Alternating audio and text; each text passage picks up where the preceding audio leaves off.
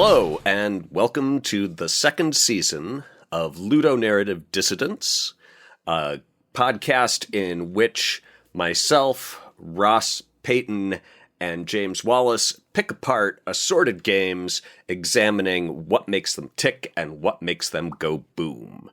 Today, I am hosting a session on Coyote and Crow, a game that I was very excited to get hold of.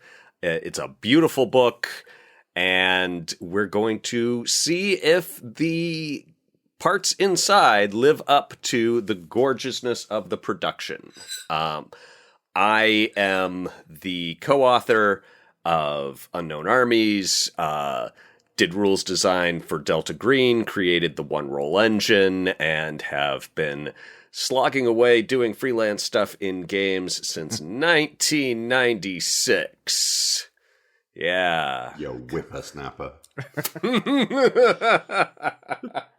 And I'm the second oldest and second most crotchety person on this podcast. Hey, it's Ross Payton with Ludonarrative Dissidents, and I'm here too. I'm very excited. Again, I want to give a big thank you to everyone who backed our Kickstarter for Season 2. And even if you didn't back Season 2, we have a public Discord server that you can jump in and discuss this episode or any others if you have any questions or comments. And we also post pictures of, funny things and interesting links to the RPG discourse. So, Discourse. The discourse. Yeah. And I'm James Wallace. I'm the one who doesn't sound like the others. I'm a British-based game designer, commentator, critic, teacher. I've been writing professionally about RPGs since 1985, bizarrely, which makes me too old to know better. I'm best known for the extraordinary adventures of Baron Munchausen, a game called Las Vegas that kickstarted successfully a few years ago.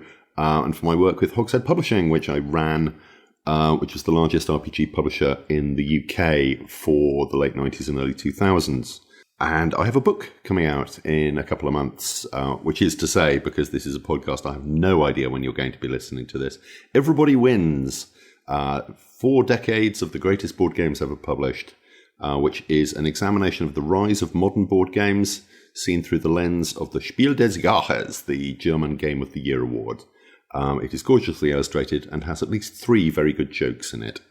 So that's me. And I, like Greg, was very excited to get hold of this because I'd heard good things. I followed the Kickstarter. I didn't back the Kickstarter because I'm in the UK and shipping charges on a 460-page book would have killed me. But Greg, this is your episode. Lead us off. What Coyote and Crow does, and I think the concept that excited all of us, let me just speak for all of us and say what made it so exciting, was the ambitious task of presenting a North America that is not just decolonial, but uncolonial. It's an alternate history where, thanks to an asteroid-induced second ice age 700 years ago, Europeans have not yet connected with North America. And so the cultures living there had, instead of, Hernando Cortez and Christopher Columbus and boatloads of dour-faced Britons, dealt instead with the apparently much easier challenges of mass starvation and frostbite. So it is a lot of obvious love and attention to the setting, and I found it coherent, consistent, deep in spots, but I'm not...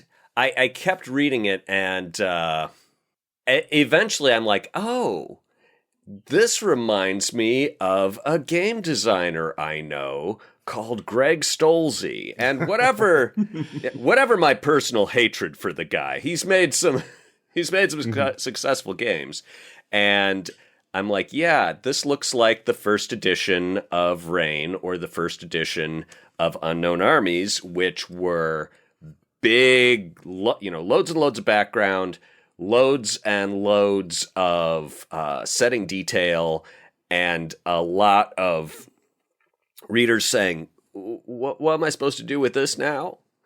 And yeah. So I would definitely agree with that. It actually reminded me of Eclipse Phase when I got the first edition at Gen Con, I think in back like 2009 or 2010, because I thought, oh my God, sci-fi horror with transhuman, cool stuff.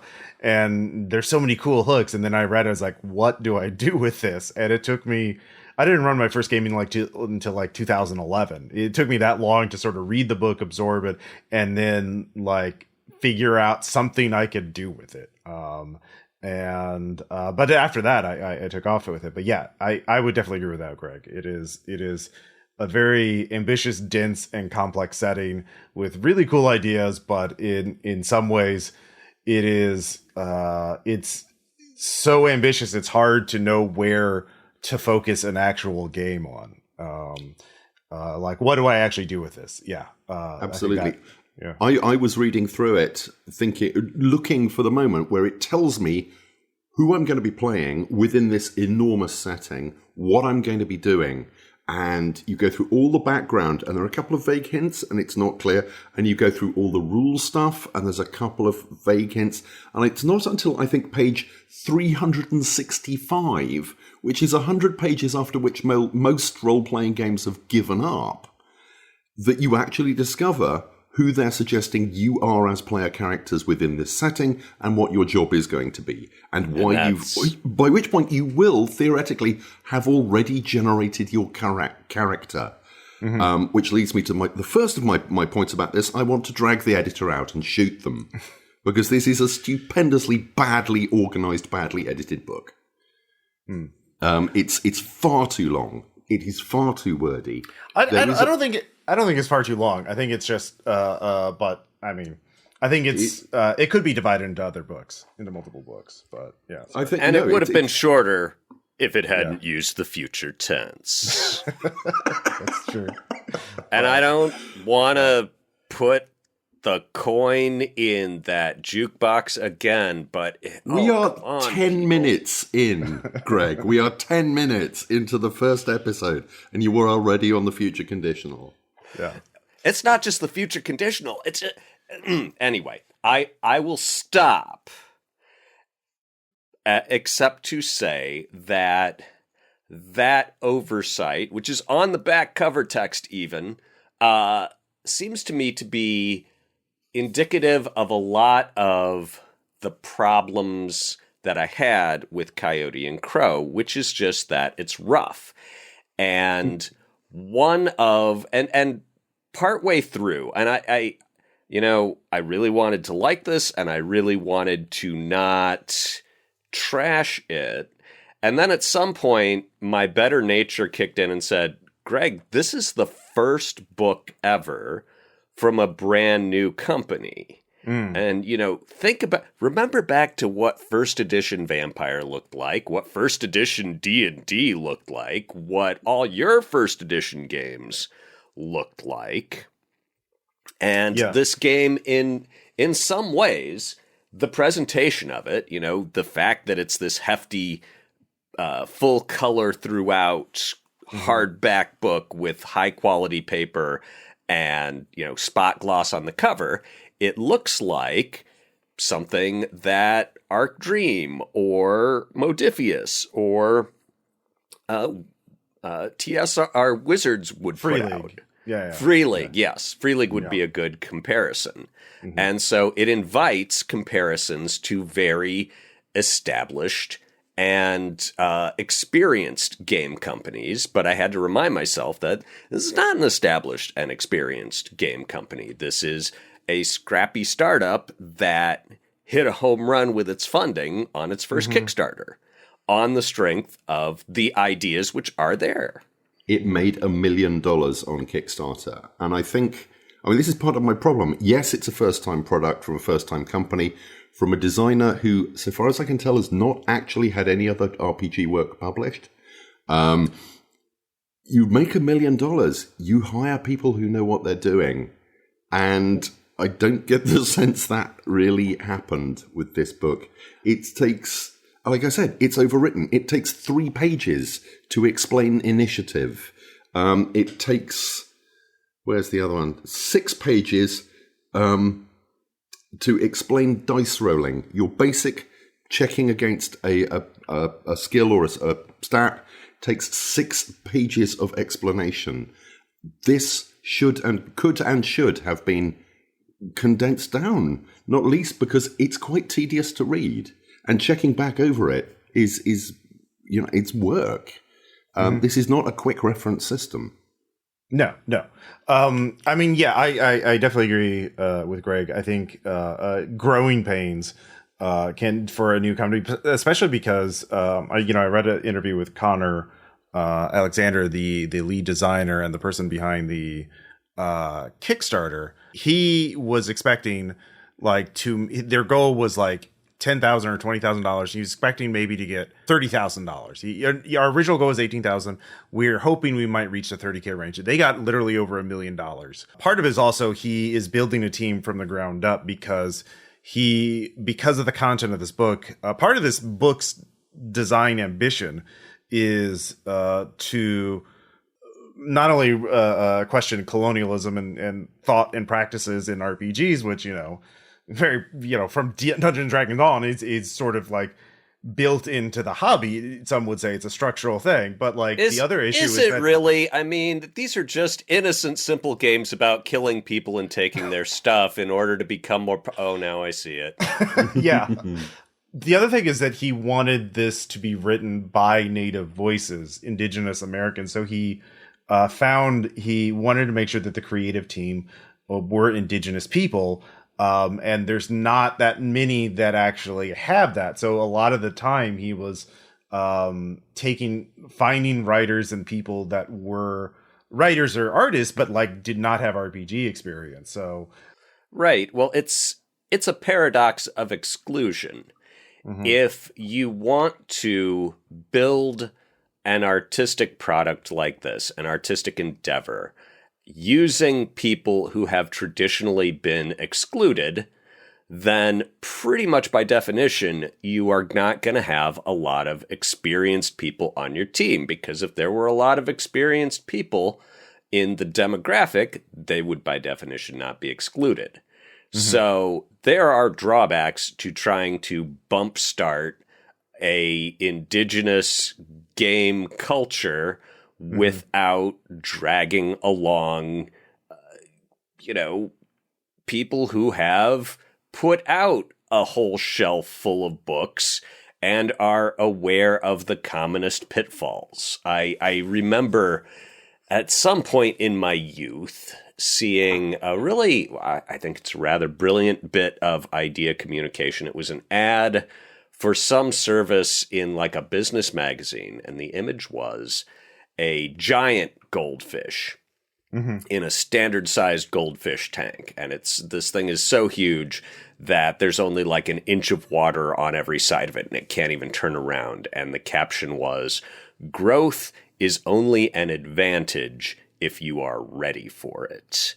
And I think that is, that is a truth that the creators of Coyote and Crow have run into. Yeah. I mean, it's a problem that most game designers would kick somebody in the balls to have, but it's still a problem. Yeah. I mean, I had problems with the editing too. I think the biggest example was, for me, they have a section for GMing advice, how to run the game, very standard stuff. And they talk about what they call the 3-path concept, which is for any given encounter, you should have 3 paths available to the player characters to at least attempt to do the thing.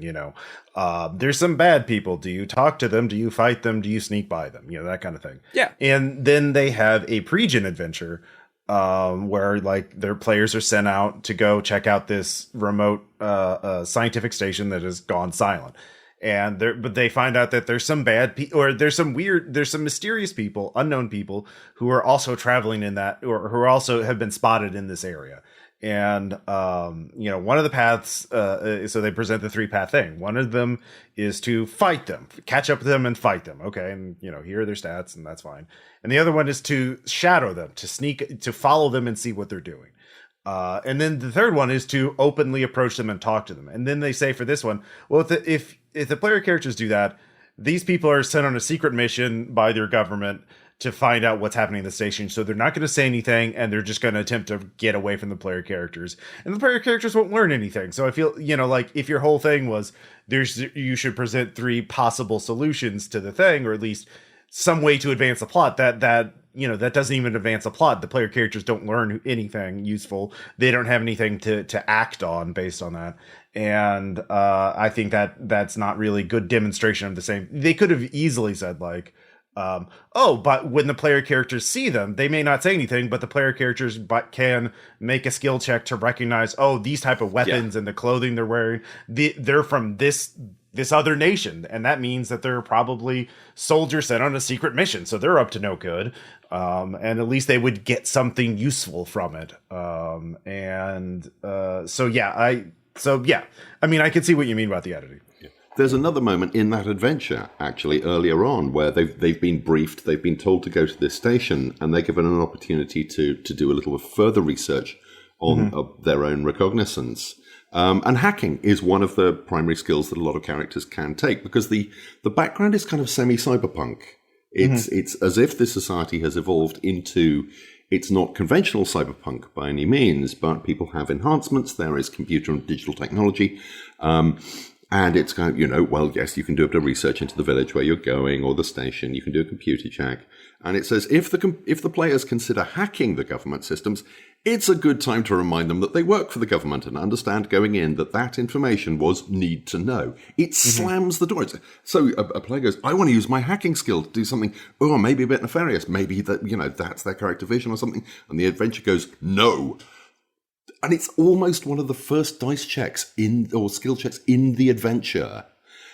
I have read worse introductory adventures in role-playing games, but that's really not a good way to go in. Yeah. I remember that part too. Yeah. I think part of the writing, though, in terms of like the skill mechanics, which you were mentioning earlier, I think that's because of a different design priority in that they are really focused on accessibility to RPGs, because I think a lot of I think they're trying, the idea was to make this very approachable by people who had never played a role-playing game, because they want to put this in the hands of people in indigenous communities, people who haven't played other RPGs, and so things that are very simple and well known and understood to anyone who's played D&D or anything like that before. If you've never played an RPG before, that's sort of the standard, just to be handed a book and say, play this game. Yeah, I mean, I think I can't remember if it was here, but I remember having a conversation somewhere about patient zeros in the spread of the knowledge of how to GM and how to run a game, let alone how to play one. And that I'm under the impression that most people learn to play by being a player, and then after a year or two of that, they become a GM. And that it is a huge challenge for a book to make a patient zero, to have a book where you just open it up and now you can GM it without having to have the experience of being a player, or alternately master's degree in literature and understanding of story structure and a deep interest in what makes characterization, plot, and pacing work.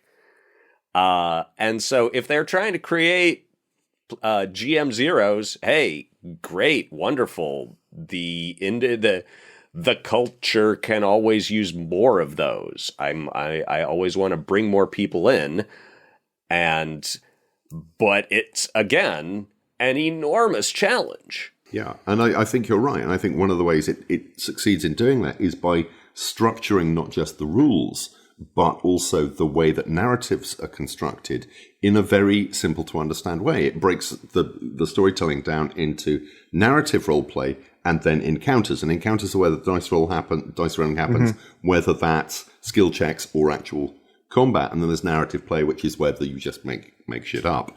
And just something like that it's a really straightforward way of explaining it, and it's not overcomplex by any means, and it would be very easy to ladle on too much detail there. It's nice. I like that a lot. It does feel in a lot of ways to me like a game almost from the early 1980s. But you know what? Games from the early 1980s were highly structured and as a result were easy to learn. Because to do something, to throw a novice, as I've seen people do, here's a one-page role-playing game. You'll learn everything No, you won't. You can't learn how to GM from a one-page role-playing game. They're by definition, they're for people who already understand the basic concepts that aren't written on that one page. So, yeah, it's to people like us, it reads, I still think it's overwritten. I still think there's too many words in there. But I think the structure that is in there works for it. Yeah. Or at least the structure of the rules and the narrative and that advice. Yeah. I still think the structure of the book itself is back to front. Yeah. That's a really good point about one-page RPGs. One-page RPGs are really like, oh, you're so jaded, you can only play. You need a one-page RPG. You need something so abstract and vague, and it piques your interest.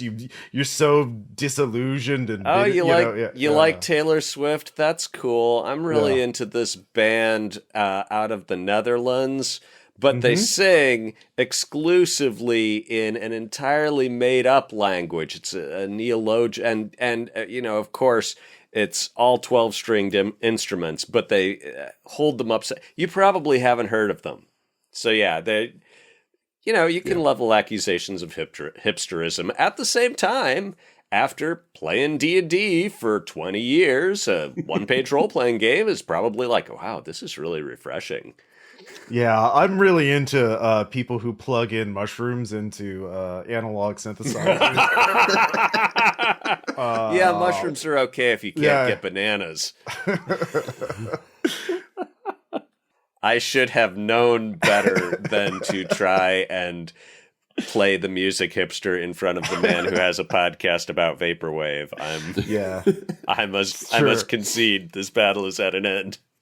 Yes, I'm not going to even come in here. Though I used to be into Controlled Bleeding, who released, I think, more than one entire album, which appeared, I don't know how they made it, but it did appear to be someone holding an angle grinder against a microphone for about 30 minutes. It is the most unlistenable shit I've ever heard. Enough of this. We're talking about games here. It's true. So we should probably mention so Coyote and Crow I really do like, but the initial premise we haven't really gone over. Yes. The initial hook, which is 700 years ago. The timeline splits off because in Coyote and Crow's timeline there is an apocalyptic event called the Arose, I think. Bad they think God left. Yeah. I mean, in their mythology of it, the Great Spirit's like, I gotta leave. There's nothing I can do for you except leave you some gifts. Have a nice apocalypse, kids. It's some sort of massive asteroid striking the far north, plunging the world, like we mentioned in Ice Age. Oh, how cool would it be if the asteroid hit Europe? And that's just the explanation. It's like, there was an Ice Age because, most of France and Germany was flung into the atmosphere as dust. Mm-hmm. There's your alt history detour. Yes, let's come back to what the game does with Europe or doesn't later on. Well, I mean, there's no Europe, which is the point. It's Europe is maybe there. It's unexplored. No, it's definitely there. They just say they haven't. And they think they've actually reached it, but they just don't.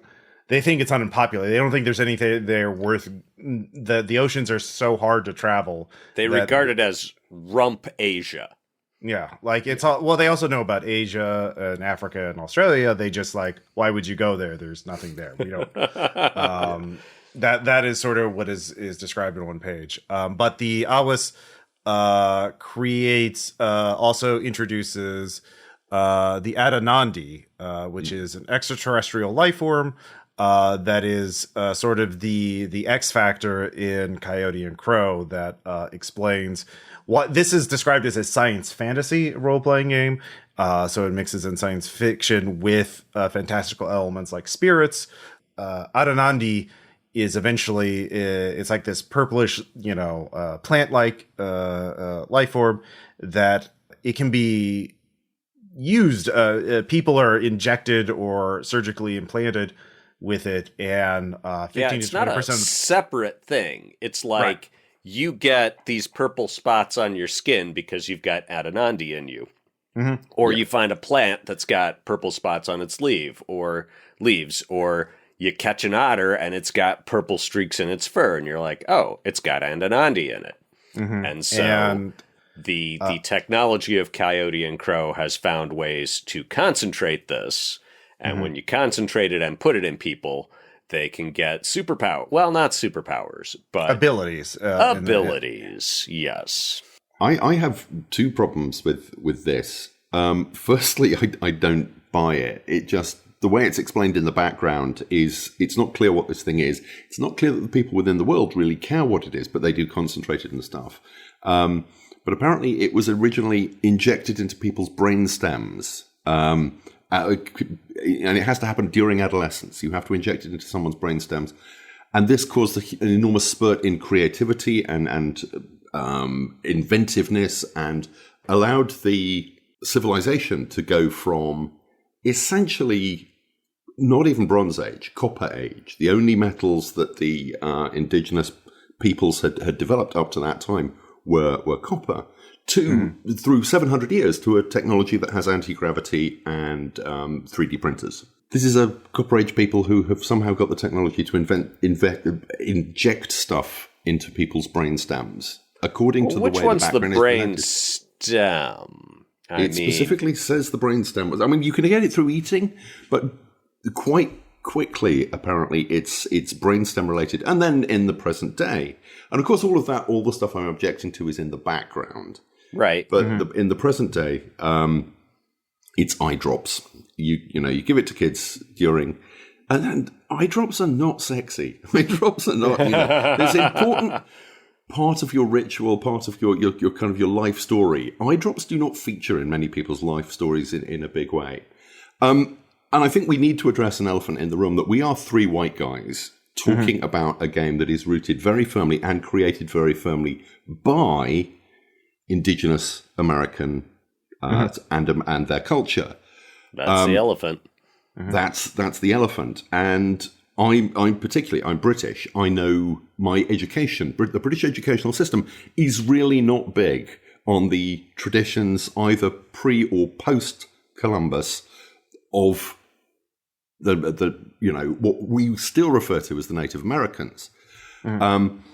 So I may well be putting my foot in things here, but the background did not ring true to me. That a people who had human beings came to the American continent in about 18,000, 20,000 years ago. They crossed the land bridge across from Asia.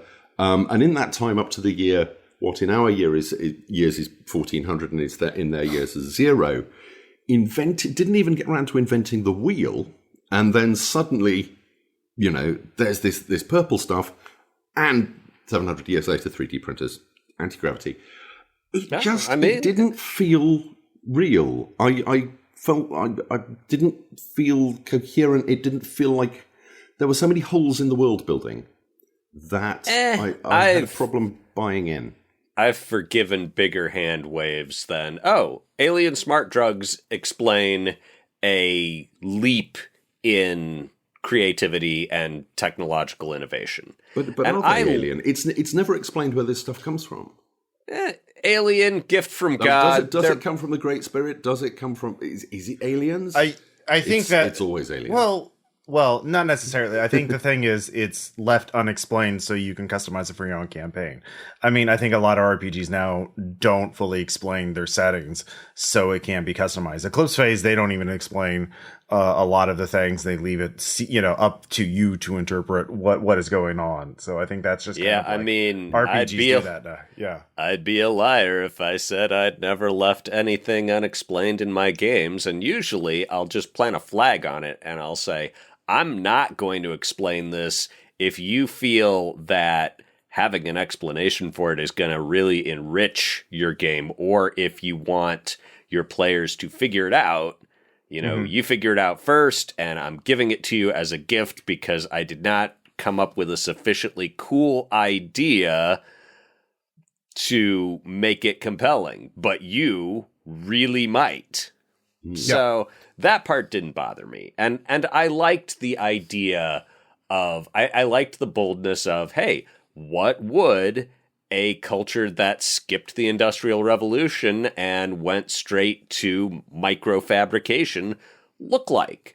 What, how would that change things? And I'm like, I'm here for it. And what if they just didn't need the internal combustion engine because instead of inventing that, they invented something that worked differently? And so those parts I liked.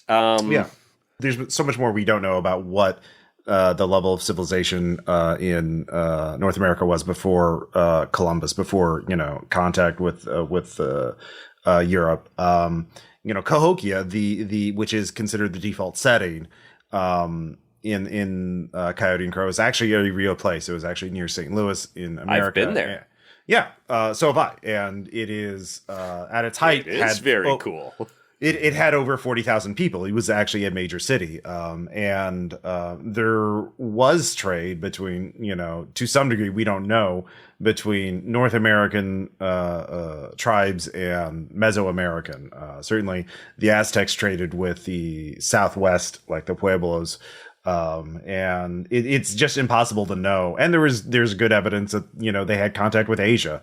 Bronze artifacts have been shown up in Alaska, I believe. But it's impossible to know because a lot of that evidence was just lost, and a lot of evidence was suppressed, like burned or destroyed by colonizers. So, but for me, it didn't bother me because that's the initial hook. That is what this game is about. What if we had indigenous people who weren't colonized and they were advanced technologically, and also they had magic, or there is supernatural forces, or they kind of that's the one thing I would criticize Coyotes, because they haven't really chosen a lane in whether this is science fiction or fantasy with science fiction elements in it. And that didn't bother me either, from the idea that, and which they presented. And, I bought it. I'm like, okay, I'll let that hook sink, which is that, the distinction between the idea that there is a distinction and conflict between scientific knowledge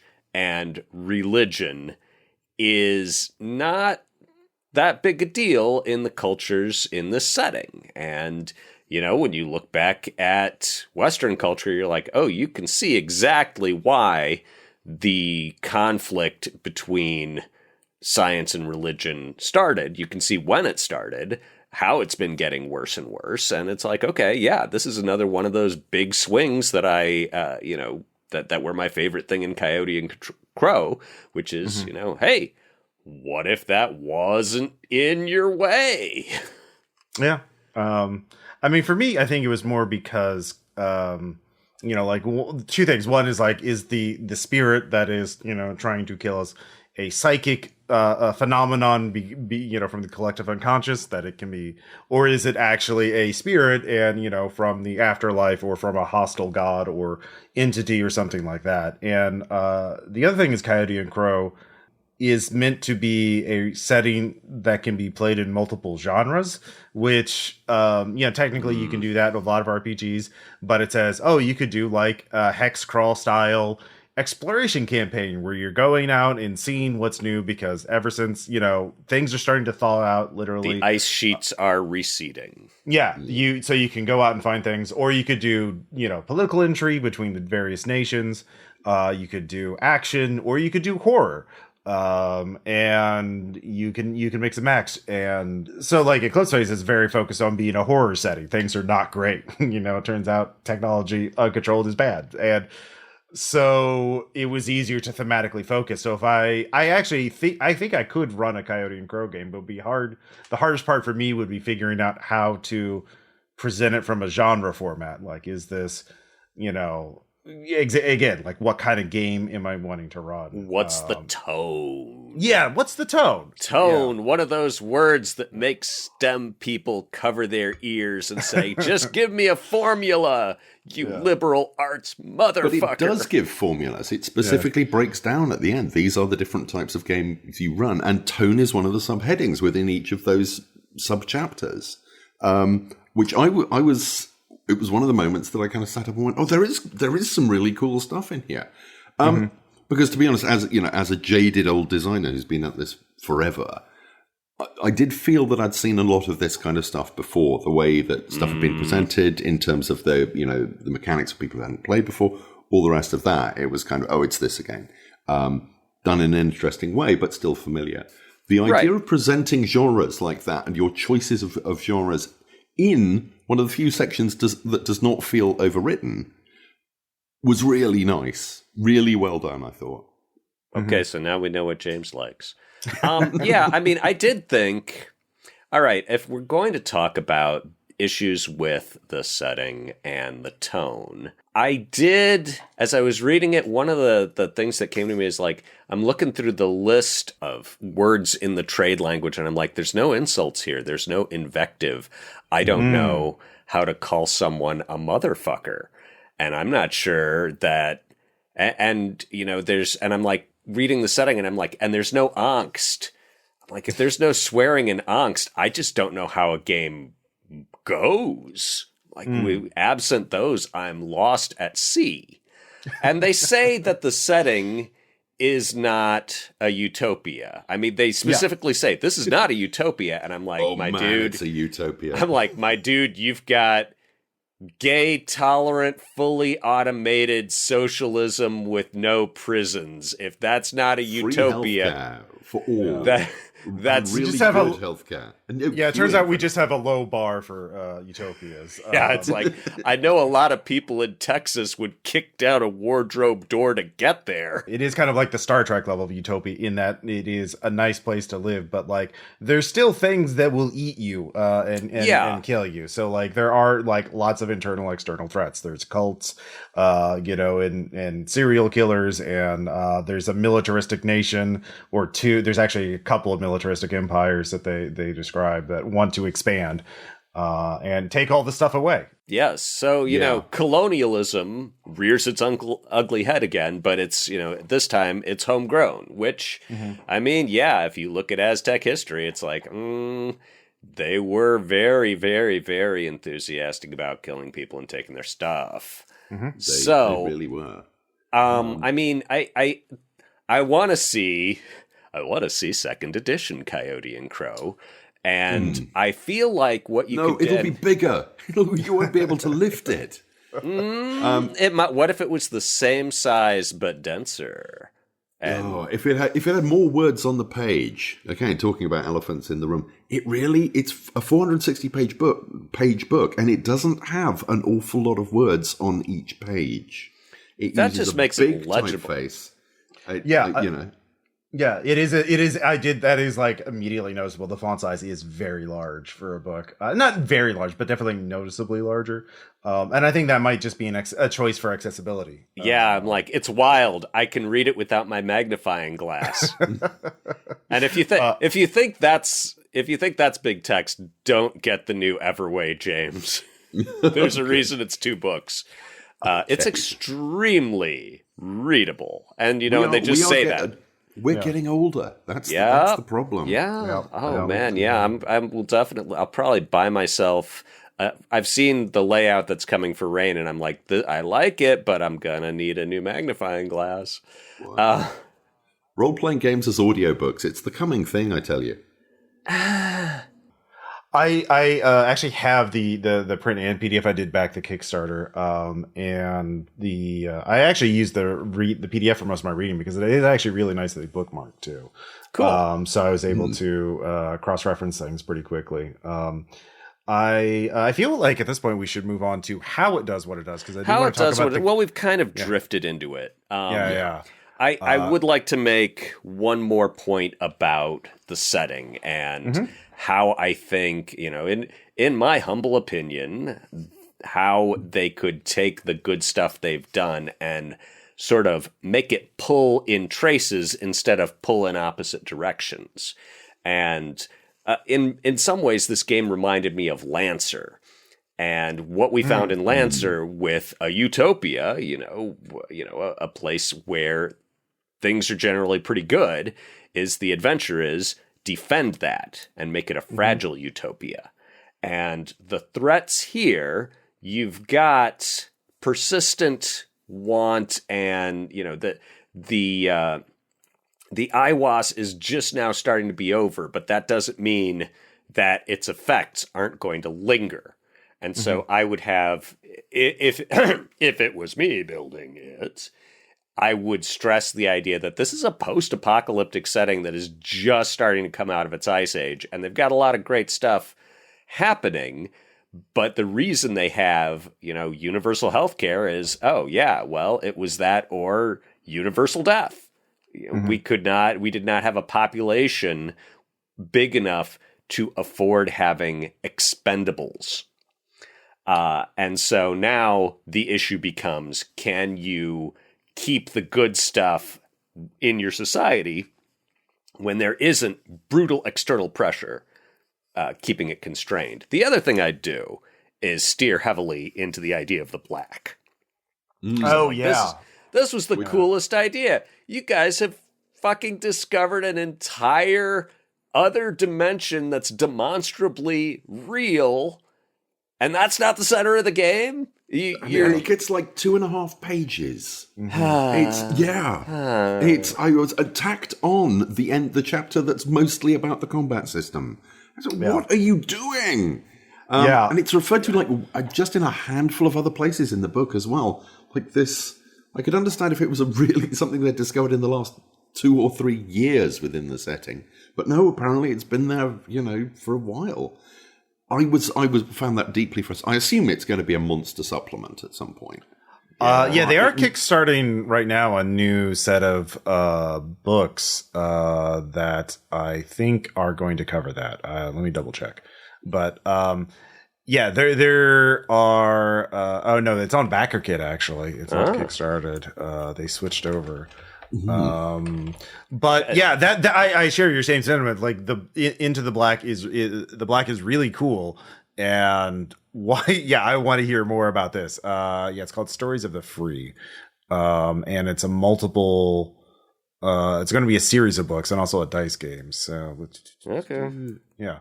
I totally agree. They should have more information. I think this was.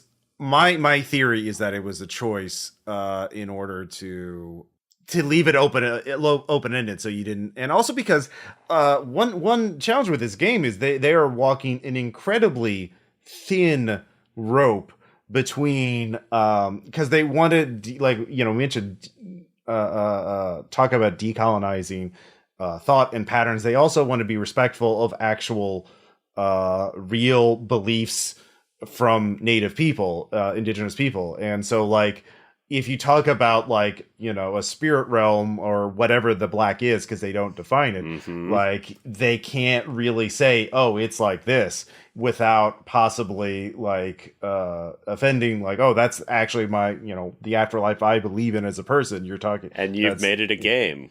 Yeah, cool. You made it a game. So it's something really challenging to do. Yeah.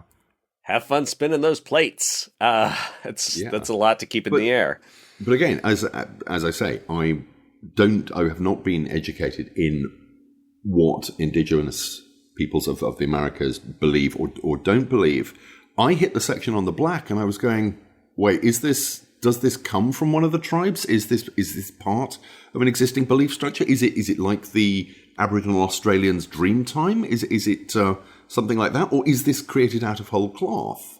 Because there are warnings throughout the book about people who are not members of one of the original tribes to not make up their own stuff and not muck around with the stuff that is authentic, and then it does a really bad job of identifying what's authentic and what isn't. I mean, the way I thought about that, I'm like, it's hard to know what the no-go zones are unless they're signposted. I mean, no, and I'm like, how would I, what would my equivalent to this be? Would be, if someone said, Italian wine is great, I love to sit back, watch the game with a hearty bottle of Italian wine, that's not offensive. If someone said, communion wine is great, I love to sit back and watch the game, chugging down some communion wine, that would bother so many people. Mm-hmm. So I'm like, if you don't know what the difference is, that definitionally you don't know what the difference is. So I did appreciate, a lot of the clear signposting where they're like, yeah, okay, if you're not indigenous, maybe don't mess with X because you'll fuck it up. And I'm like, thank you. I don't, because my biggest desire with this game is to not fuck it up. Yeah. It is more challenging. Looking at Stories of the Freelance, looks like it is focused on adventures, like things here's what you actually do in the game. What do you do with it? Yep. Okay. So they're getting up to speed. Yeah. I think again, growing pains. I think that's the biggest thing, is going from, 0 to you have $1 million to make your game. Like that is a challenge, but yeah, but no pressure. How it does what it does. Yes. And okay, I don't want to take a cheap shot, but it reminds me of World of Darkness round about 2001, in that you have dice pools and target numbers, but the target numbers move around and the size of your dice pool is not immediately. You can't just look at your thing and say, look at your character sheet and say, okay, so it's this plus this, and that's my dice pool, go. Because if your skill's too low, now you have, you have to use this other trait with it. And I'm like, what does how does this make the game more fun? To explain it for people who haven't read it, it is a D12 dice pool system. Usually, your stat plus a skill, and sometimes the item, like a weapon, will add bonus dice. You're looking usually for 8s, but as Greg mentioned, it can be from 5 to 11. And if you roll 1s, those are counted against you. 12s are critical successes, and that explode. Yep. And when they explode, you read them differently. It's, Yes, and bring in a dice of a different color. And I mean, this is why it takes 6 pages to explain how to make a basic dice roll. And compare and contrast with this, there was one thing where, as it fits in with everything, I'm like, okay, legendary status is really cool. That is slick as hell, because the way this works is if you have legendary status 1, it's like you can take one of your dice and move its result upwards or downwards by 1. And if you have legendary status 3, you can, put 2 of it on this die and 1 of it on this die. And so it doesn't change your pools because, boy, that would be a drag. And it would make it even more, it would make it ridiculously powerful if it's like, your pool is your stat plus your skill plus your level. But, the fact that you can make these small changes, but you can make them to every roll, I'm like, yes, that feels like a good reward for leveling up. And I wish that kind of simplicity and clarity was present with target numbers and how and what's my dice pool. Yeah. I feel all of that could have been way, way, way, way simpler, especially if they're aiming for people with no game experience. Yes, who suddenly have to find a lot of D12s. Yeah. He's the only dice that the game uses, and the app's free, man. True, there is that, and they do plug the app in the book. Yeah, and of course, as all RPGs, it's not just about selling the book. It's also about selling the merchandise and the accessories. They do sell a set of D12s. Well, it is a business, so I can't. I don't know. Yeah, I mean, at least they aren't custom dice that you need with custom die faces, which like some RPGs do. The D12 seems to be making a comeback in games. I've seen a lot of other games recently doing that. It's because it's unique. Everybody loved it. You know, it's. Oh yeah, your game's based on D6s. That's cool, I guess. I'm really into the D12. You probably haven't heard of it. I think one of the other reasons is, and this is another one of the things I'm slightly unclear on, the civilization or the society shown in the rulebook is D12 is base 12 based. It uses numbers from 1 to 12 to count. Which is, and there are a lot of logical reasons for that. I have no idea if there are any historical reasons for doing that. And it also annoyed me that every single number, the numbers given in there, all in base 12, apart from the way they count the years, which are still in base 10. And it felt that was a fall down in the editing. Like I say, I mean, the reason for base 12 is the reason that you use it for time, is that it's very easy to divide it in half or in thirds or in quarters, or, it's very tidily divisible. So, yes, I mean, there are lots of logical reasons for it, but historically, is this something that any of the tribes did?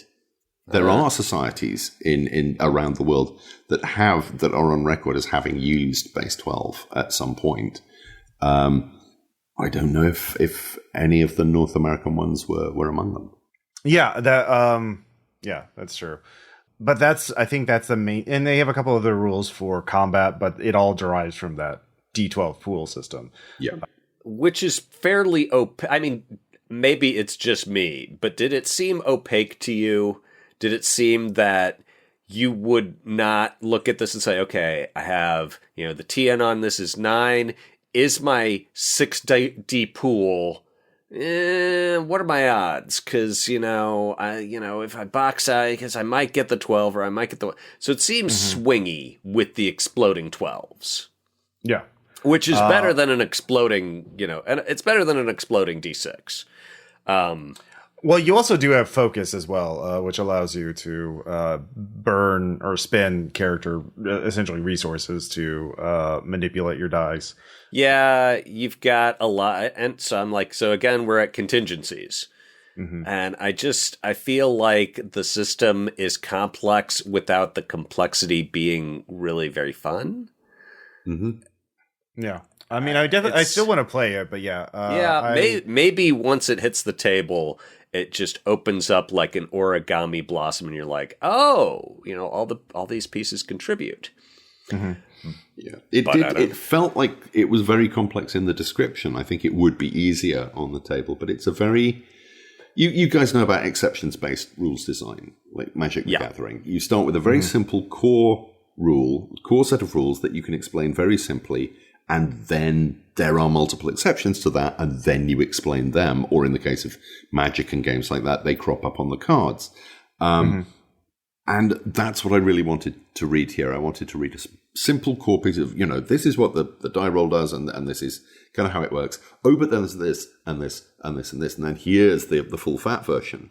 And instead, it's this laborious, as I say, 6-page trog through every single thing, running through every single minor thing that might happen or might affect it, or, callbacks to earlier sections and particular skills.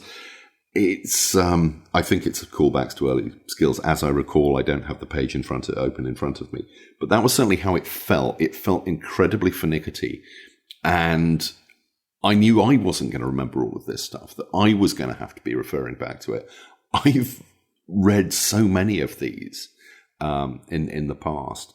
It did not feel in any way beginner friendly. I mean, I don't know. I think this is easier to get than like D&D, for example, because like characters, once you learn the basic dice mechanic, like in D&D, you get not... Oh, I've leveled up. Now I have a new spell that I have to figure out when it applies and how. And exactly. Like, that's the thing about D&D is you keep getting more and more basically superpowers. In this one, you have one superhuman ability, and that's it. And your equipment may be advanced, but you're not going to be getting a lot of it. So the mechanics of it, I feel, aren't going to change too much.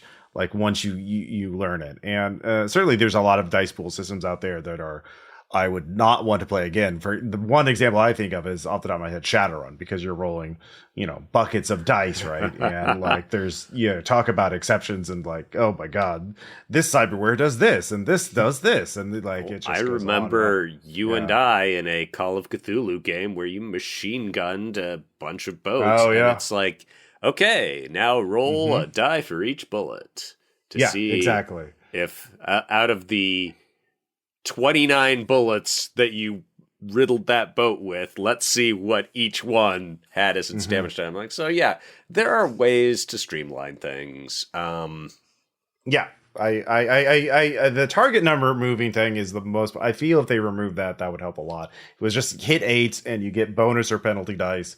Right. Like how they solved it in Chronicles of Darkness. Like, I think it was, What if it was just 8? What if it was just 8, guys? What if it was just 8? So, and that's the kind of thing that can be house rule too. But yeah, it's meant as kind of a general purpose system though, right? Like, it's not really like focused on, it doesn't have like an elaborate, well, it's this game does not. A phrase that came to me as I was preparing for this podcast is, I'm like, the mechanics don't care about the characters' feelings nearly as much as the authors care about the players' feelings, which is fair because I noticed how careful it was to have the safety mechanics in play, and they did a nice job with that. The safety and comfort stuff, I'm like, solid B. Yes. But and also, can I just jump in? Makes the very reasonable thing of just directing people to a web page. If they want to read more about it, go to the web page rather than filling up the book with stuff that, for a lot of people, is enormously useful, and for a small number of people is intensely irritating. We are not among those people, but they do exist. Whether they'd be reading Coyote and Crow, I'm not sure. But at the same time, I think just going, there's all this stuff, you should be aware of it. If you feel you want to use it, here's where it is a very sensible way of doing it. Yes. Acknowledging that we live in a digital age, and particularly if you're reading the PDF, I think it's a live URL. I think you can just click on it and you're straight there. But by the same token, this isn't like Delta Green, where it's like you can look on your character sheet and see who you are emotionally connected to, and it's not like Unknown Armies where you can tell exactly where this character's inner traumas lie. And that's fine, because not every game has to be deeply character-centric. But I feel that for as detailed as these characters are, I don't have a lot, I had no urge to make a character. And there are a lot of games I read and I'm like, let's see what happens if I make a character. Exalted, first edition, whatever you think of the rules or the presentation or where it went or the heroine pissing dinosaurs or the rest of it, it made me want to make a character. I'm like, oh, that sounds cool. I want to do that. No, that sounds cool. I want to do that. Which, reading through the powers you can get, it's like, oh, I could have a burst of strength. Okay. I could knock people out with psychic blasts, but that one's heavily regulated and everyone's suspicious of it. Okay. Oh, I could be tougher than usual. Oh, okay. Yes. So many of it builds up how cool it's going to be to have all these powers that you've derived from the mutant, whatever it is, the purple stuff that was injected into your brainstem or dripped into your eye during your adolescence and stuff like that. And you read through the list of what they all are, and they're all related to animals, and they are almost without exception just mechanical effects that affect your stats and your die rolls. Except the one that lets you enter the black, which is the coolest thing in the game that you don't know anything about.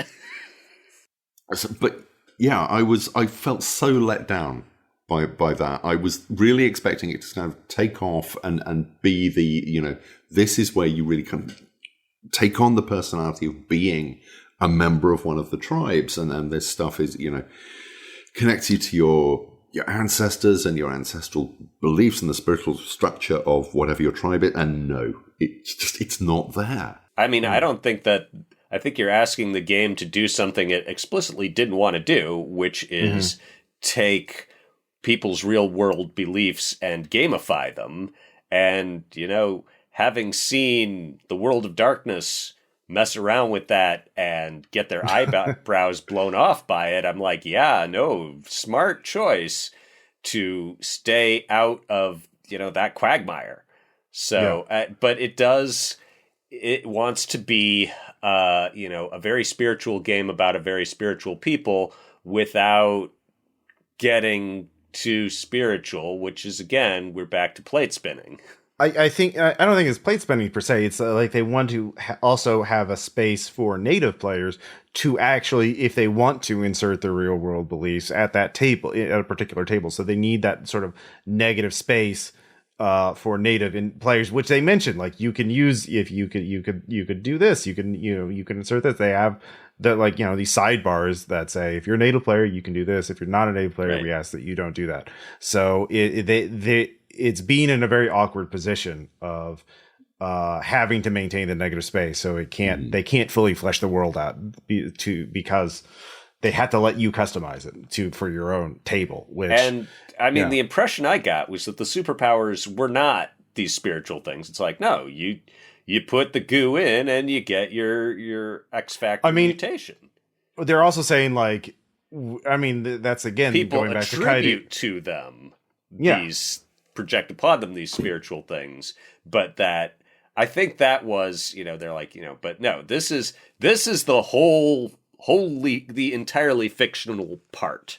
So Coyote and Crow doesn't want to say which elements are fantasy and which elements are science fiction, and that's like a top-down editorial decision, right? So that affects everything at that lower level. Now that I think about it, and going back to making the characters, like in the steps to create a character, the first 4 steps are all entirely role playing. Choose your motivation, archetype, age, identifiers, and choose your path.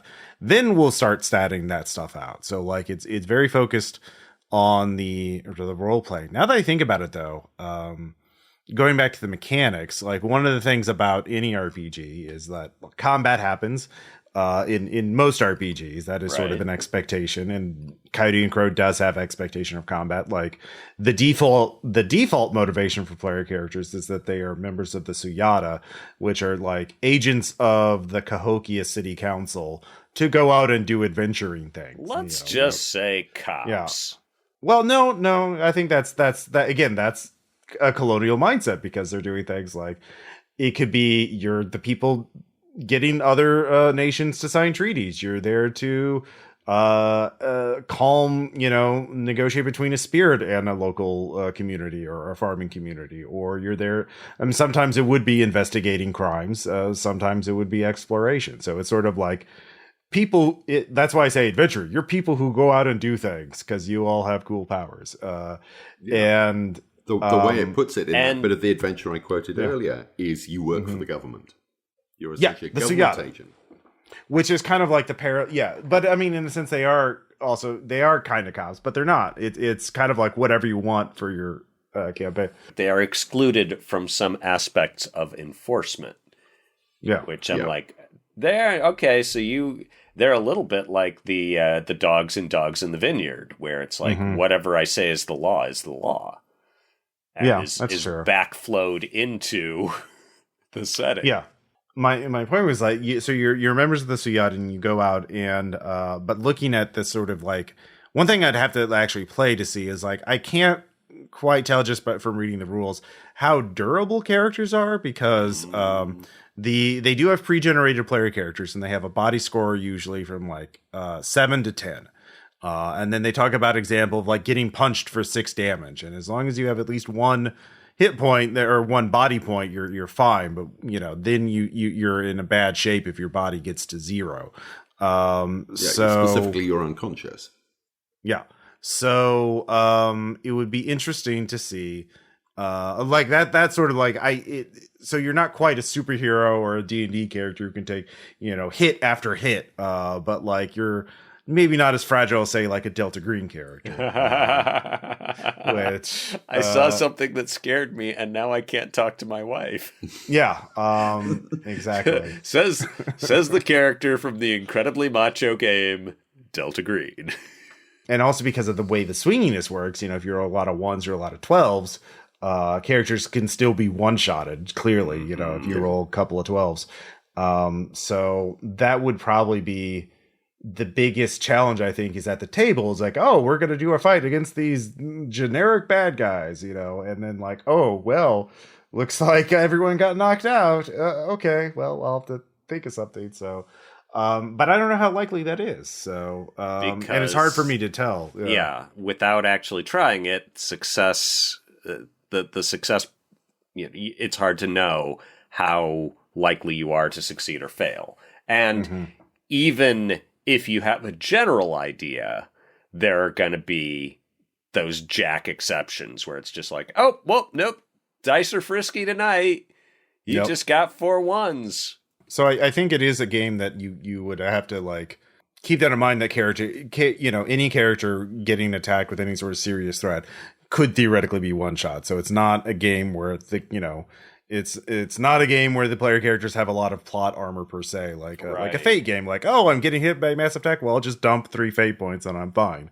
Or I dump a Fate point to re-roll and then a Fate point to get a +2 and. I activated all my aspects, And games where, Unknown Armies is famously deadly combat is a feature, not a bug. And it's like, if you have to get into a fair fight, you've already lost. Yeah. Yeah, and I think there's expectation that player characters, are at least slightly larger than life. And should be, a little more heroic in that sense of like going out and fighting evil spirits and bad guys and that kind of thing. Right. But it's so yeah. But I feel like maybe this is just my lack of familiarity with the system. But it does say explicitly there is a special section on death. It's not one of the longer ones. And it says there is a long road for a player's character to get to the point where they may die. There's a lot one can do. And there are ways that you can attempt to prevent death even in the middle of an encounter. So it's clear that it's not intended to be a system where you're swapping characters a lot. They do want characters to build up these sagas. And one of the things I really liked, the moment where I did, I mentioned there were a few cool things there. The one that really made me sit up is the moment you finish a story, essentially a long adventure or a campaign. The sagas! You have to write, the player, write a saga. You write the story as if your player character was the hero, but as if the story was being told to your descendants several generations down. And that's brilliant. I love that. So cool. That's page 260. Tales. It's really, really good. The whole thing about inspiring players to be creative, to do creative acts based on what has happened in the game or what they want to happen in the game. Or that I tried to do that with my long unpublished Bugtown game back in the early mid-90s, and we got somewhere with it and it didn't quite work. But this is just so simple and inspired, and I love it. I absolutely love that mechanic. What if we just did it, James? What if we just did it? Yeah. It's my hat is off to Colin for that. That is a really lovely piece of and it felt completely in setting as well. It's completely in tune with what this game wants to be. In terms of being about telling the stories of these people. And the people were, from what I understand, very much a storytelling people themselves. It's just lovely on all levels. It's a glorious piece of game design. Yeah, no, that is a standout mechanic, and definitely something that could, like any number of stories. You could modify this for so many. You could take the same thing, but like for a horror game, make it like your character's journal, or like someone else is reading about your character's horrible.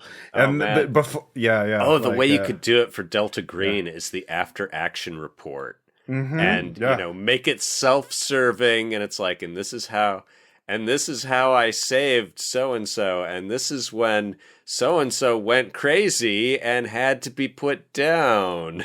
And there is an entire role-playing game which I wrote a bit for, kickstarted a couple of years ago, called Mission Accomplished, in which you're all spies, and the game is the debrief of a mission that you know almost enough. So you're creating the mission through being debriefed on what went catastrophically wrong, because inevitably it's very funny. I did a thing called the Persuasionists.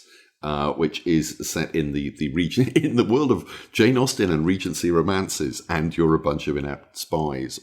So that kind of storytelling has been done before, but I felt this is integrated so well within the system. And it's not mechanized. It's not mechanized at all. Mechanizing it would have been a real bad idea, I feel. And this game does mechanize far too many other things. This was just a very wise decision to leave it alone.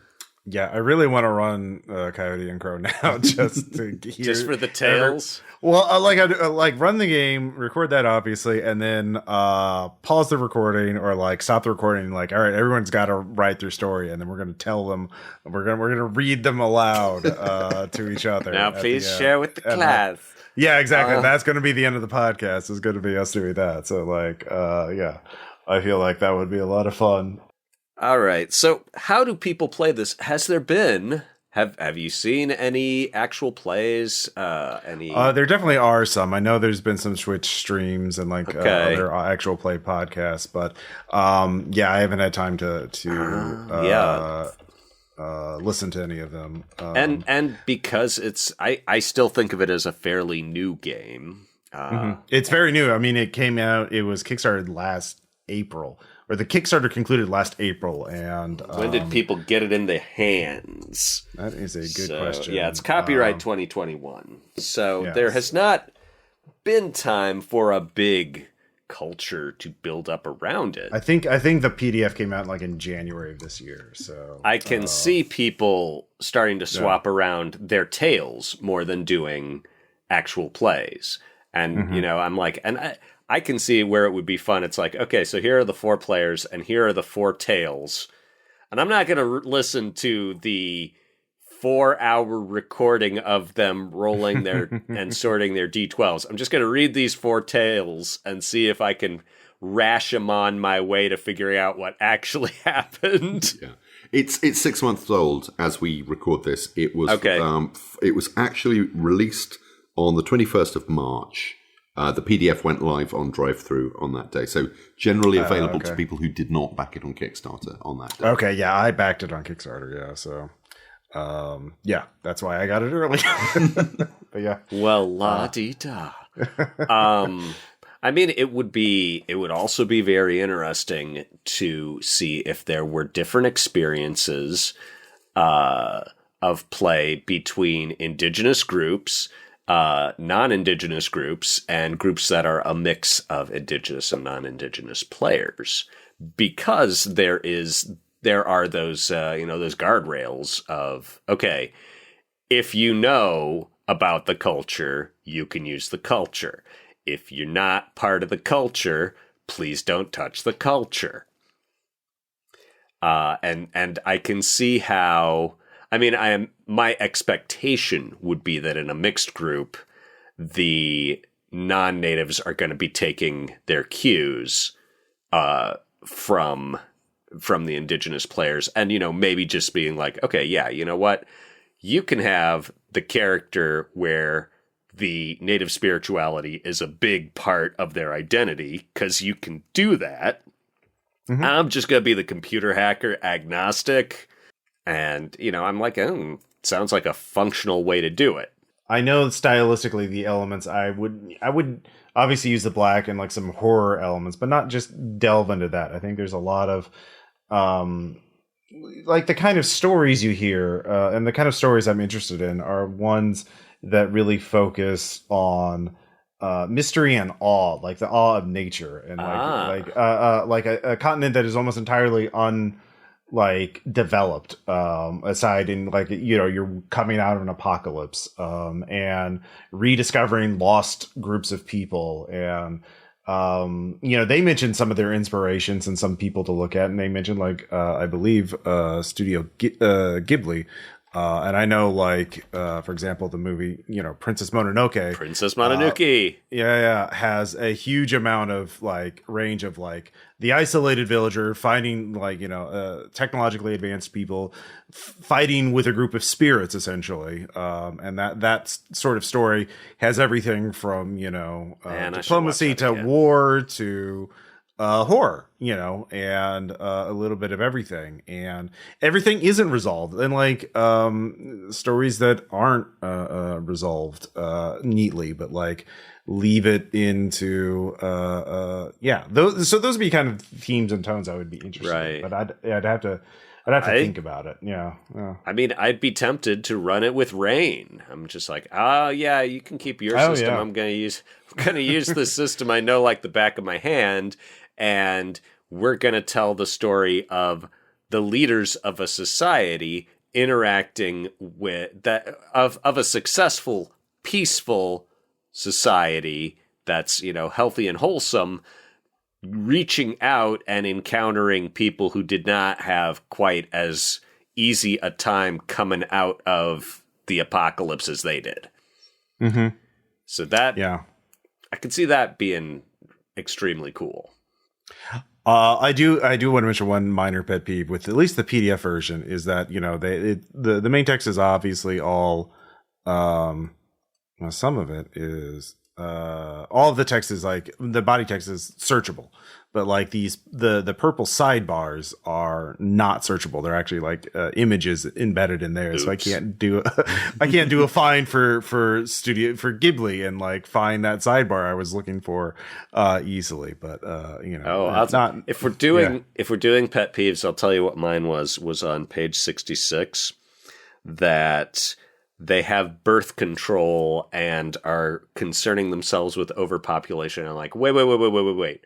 For 700 years, you have been scrabbling against death, disease, privation, famine. You are coming out of an apocalypse that, smeared some huge percentage of your population.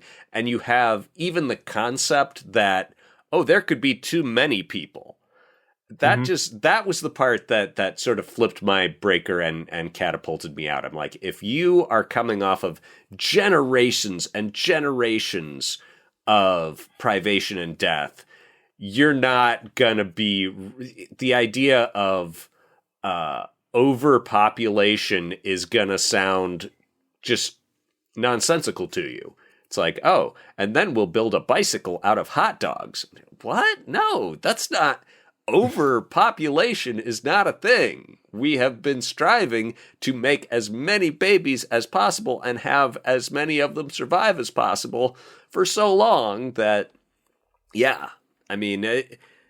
I can see why they wanted to include that as a nod to this presumed sensibility of the audience, but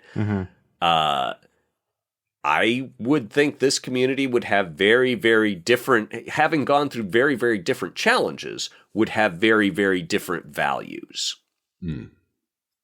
I agree. Yeah. And this goes back to the point we were touching on earlier on, that they say at the back, this is not a utopia, and it absolutely is a utopia. It's a utopian vision of what indigenous American tribes might have created given the opportunity. And I think there is a lot of wish fulfillment in here. I kept going. Wish fulfillment in a role-playing game? What? In the background of a role-playing game. I mean, it's great. One expects it for player characters, but just in the setting.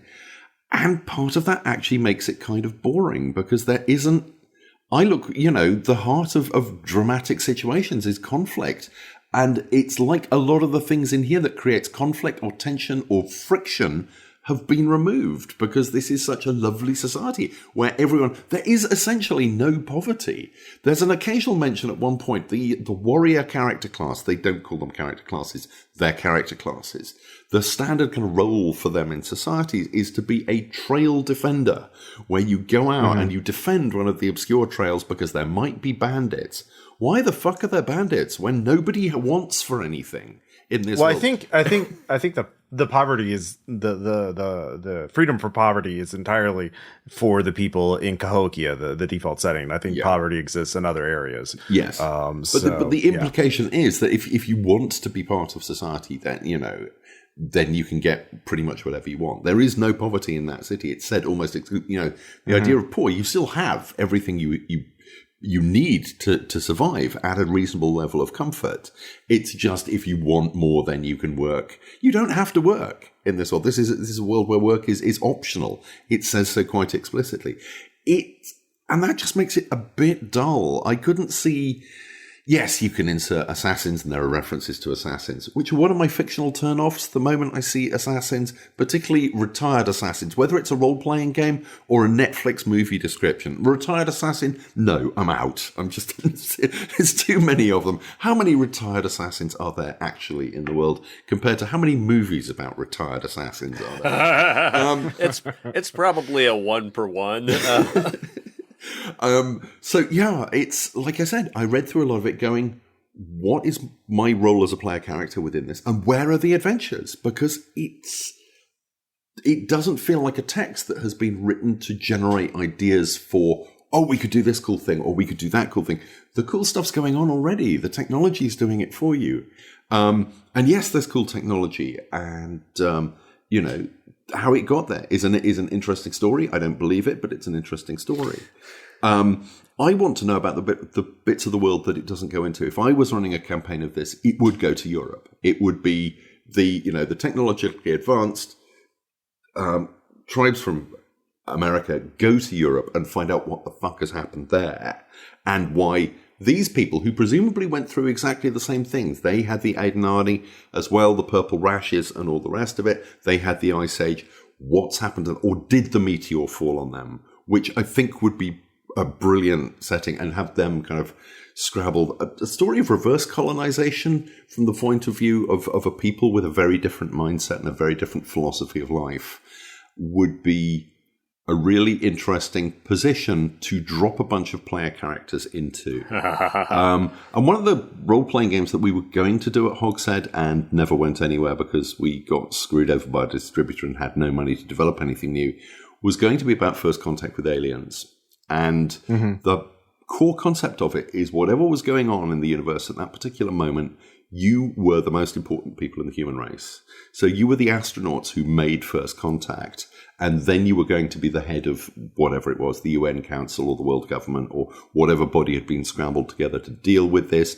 And then you were the team of xenobiologists and anthropologists who were sent out to establish communication. I think one could do that within this, trying to establish communication with whatever state the Europeans are in. Well, it wouldn't even have to be Europe. It could be what is modern day Canada. It's what is in the dark. What's living in the dark? Well, you could also do. It's like, okay, you're the people who are on the cutting edge of figuring out what the hell this black business is. Is it science? Is it religion? Is it some third thing? Is it psychic noetic space? Go. Yeah. I would say for the plot hook section, I think a lot of that is lifted in the icons and legends section, which I thoroughly enjoyed, which is about 70 pages of not just important NPCs or NPCs you can use, but also entities and organizations that are of interest to the player characters. For example, I can't find their name, but there is like supposedly no one knows for sure, obviously, but a secret society of people that think the Adenandi, the purple organic thing that is giving people superpowers is evil, and we should get rid of it. And they're secretly among you and working to get rid of it all and take over. And so, like, you could do an entire paranoid political conspiracy thriller about, like, this anti-Adenandi group trying some doomsday scheme to destroy all of it. Yeah. Or you could set it up that they're right. Yeah. Maybe it is. Maybe it is bad. Just translate it to proto matter and see how it looks. Yeah, exactly. And you could totally do that. But they also talk about, like, they don't mention a lot, but, like, of the 5 nations, we did mention there are at least two militaristic, expansionist nations that are looking to move in and take over. But there's also a fair number of weird, let's see, there's also actually a group called the Unshadowed that are entirely, they can all have the same ability to walk in the black. And guess what? No one knows what they're up to. No, they don't tell anybody what they do, but they all have the same superpower. They all have the same ability, and they all walk the black. And they actually believe that everyone's dead, and the walk the black lets you actually understand that it's okay to murder people because you're just helping them realize they're actually already dead. We died in the Awas, so like. You could do some interesting things with that. Very cool. Mm-hmm. And you could also do, like, a role-playing campaign where it's just, like, trying to find your place in society, like the kind of, like, more of the slice of life, like you're a young Suyata and you're doing a little bit of this, a little bit of that to try and, like, find your place in the world and, like, go on a race, win a political election, try to become, win the tournament. Like, it's trying to be a toolkit kind of setting where you can tell any kind of story within this, I think. Yeah. So, but there are opportunities for conflict. But yeah. I went into this thinking that it was going to be a deep culture game, like some of the historical games that don't tend to get published these days, but were published in the 80s and some of them in the early 90s, or games like Emperor of the Battle Throne or Skyrealms of Jurun, that lay out a complete culture and let you just kind of exist within it. And one of the most fun role-playing campaigns I've ever had was just being members of a guild in Chakala, the great port city, and just trying to advance our guild and make it richer. And it was almost a soap opera in an incredibly violent city and culture. But it was just great characters, great situations. I didn't feel there was the richness within this and the interconnectedness of ideas. Well, because there's no angst. Yeah. That's what you need. Well, I mean, there's struggles, but they have solved so many problems without replacing them. And I wish there were more problems in the setting. I think it's an editorial decision because I know the thing is certain settings can be alienating to certain audiences. Like I know, for example, a game we're going to be reviewing in the season, Red Markets, is there's a lot of people who won't even approach the game because the setting is too bleak for them. They hear the tagline like, no, I can't deal with that. Eclipse Phase has kind of a similar thing. And if you make the setting too dark or too light, like some people are going to be alienated from this. And I think Coyote and Crow try to make a setting that could accommodate both lighthearted and dark-hearted, darker games. So how would you do a comedy set in?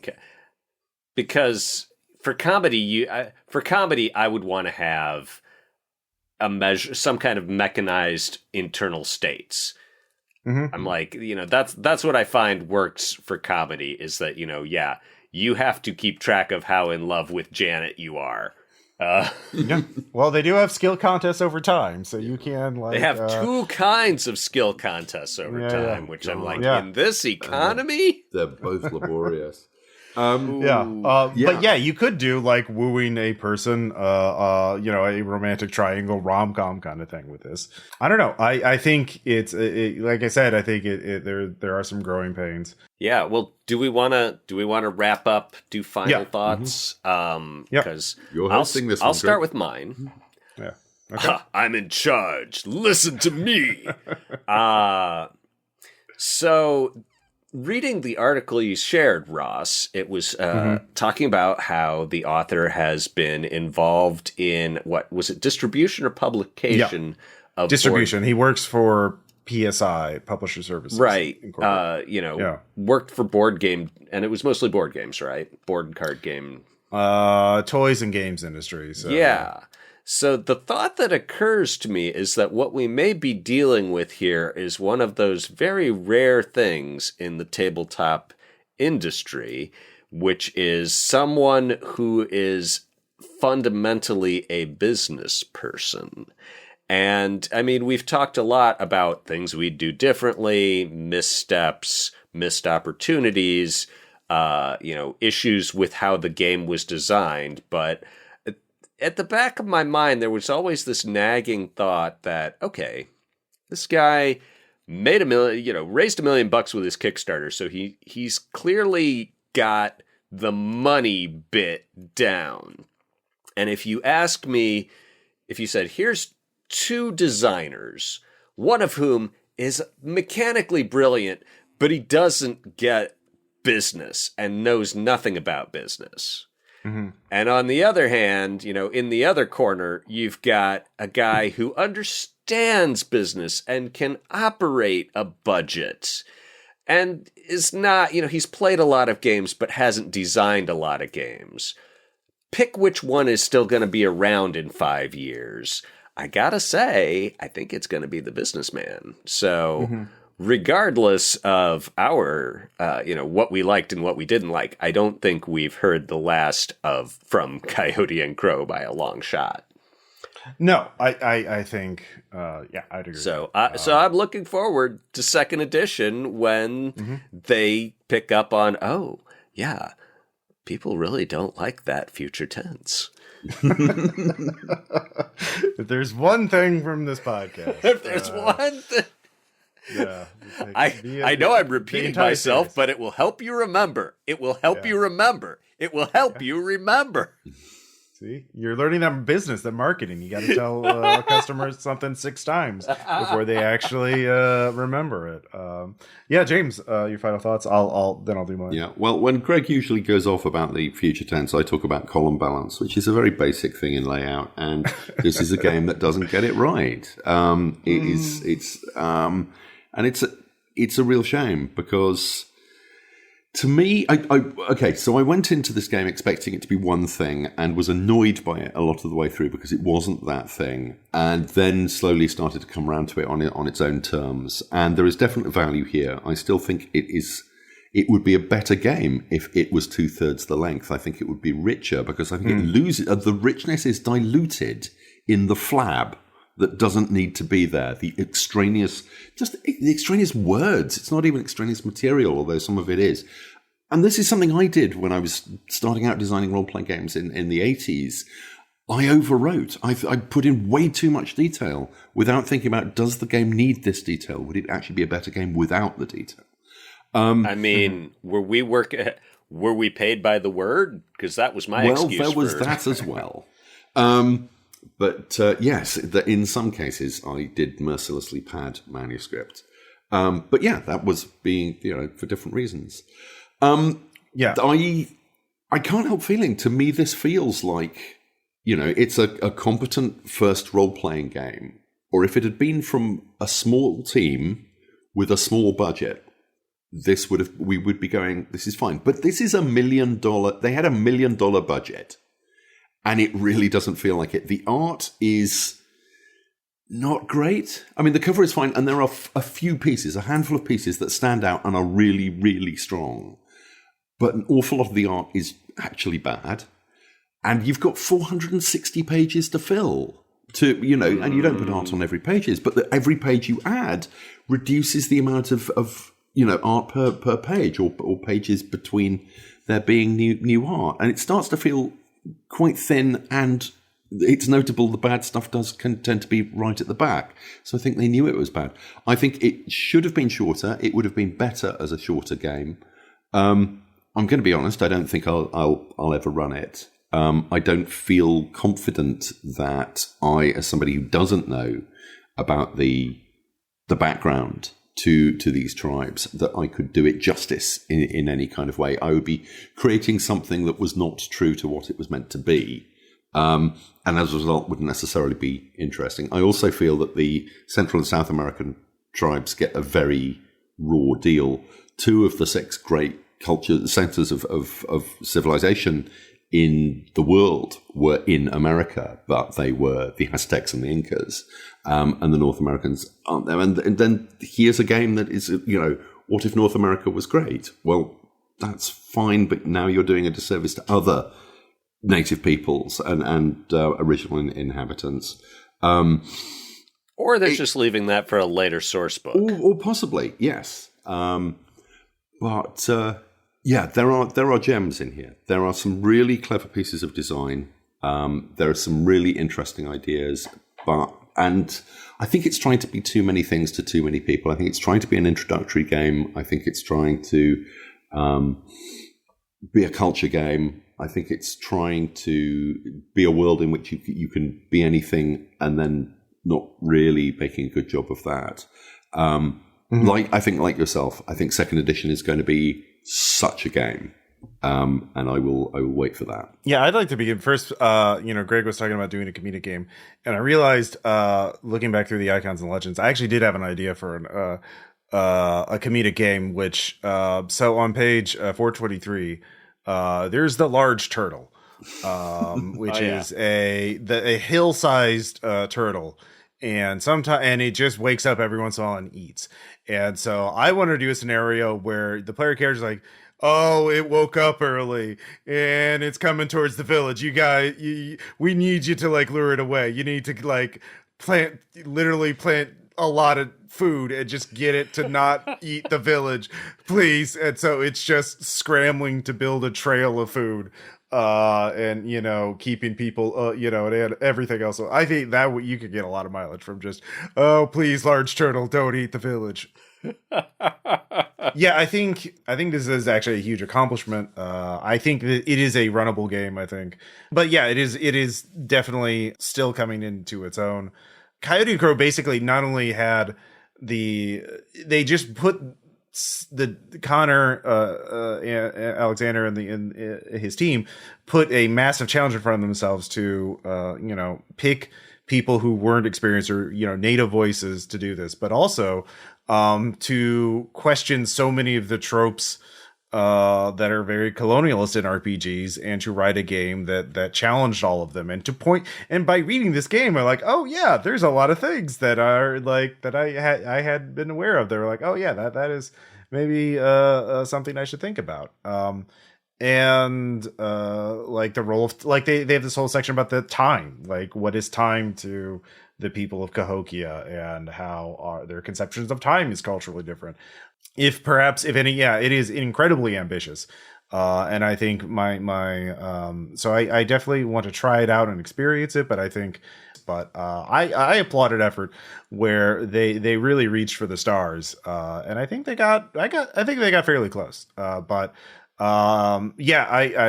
right. This is definitely not going to be the last we see of it. They're already doing a crowdfunding campaign for Series Adventures, as we mentioned, and I'm sure we'll see a new edition of the game or a revision of the game's mechanics at some point. But yeah, I like that this game exists, and I think just reading it was just a fascinating exercise in seeing what game design is like when you have different priorities. I think that's the single biggest thing is they had different priorities in a lot of ways, and maybe they didn't definitely achieve the way they wanted to per se, but it was oh, okay, it's not necessarily wrong, it's just different. But yeah, so, I mean, set themselves huge goals that they have not fully achieved in all cases. But if this had been a game that played it safe and followed the established route, it's not the one we would have picked to kick off the second season. Mm-hmm. So yeah. Well, thank you all so much for listening to this episode. We do have a community Discord server, as I mentioned. We'll put a link in the show notes. whenever you listen to this episode, you can jump in and say what you think. Let us know what you think about this episode. I am at Ross Payton on Twitter. Greg is at Greg Stolze, and James is at James Wallace on Twitter. So you can also message us or at us. And our next episode is going to be Warhammer Fantasy Role-Playing, which will be definitely a slight change of pace. Oh Christ! Do I have to read that now? Yeah, I joke. Yeah, James has a bit of experience in the game. Slight familiarity. James is leading that. Oh, one, right? yes, definitely. Yeah. That seems. Yeah. All right, and we have our special thanks to backer. Okay, and we were debating how the last name was pronounced. Christian Bickle, or what was the other? Howtopronounce.com says Bickley. So Christian Bickley. And, well, thanks to both of you, Christian Bickle and Christian Bickley. Well, and Andrew, Christian and Andrew Bickley. Yes. So thank you so much for backing at a level. They actually chose. They're also the ones who chose to curate some episodes for us, and we'll be revealing that in time. We do enjoy a curated episode. Yes, we do. They are fun. They are fun. They chose some really interesting games. And so, but yeah, our next episode will be Warhammer Fantasy. And we'll talk to you all later. Bye. Bye. Bye.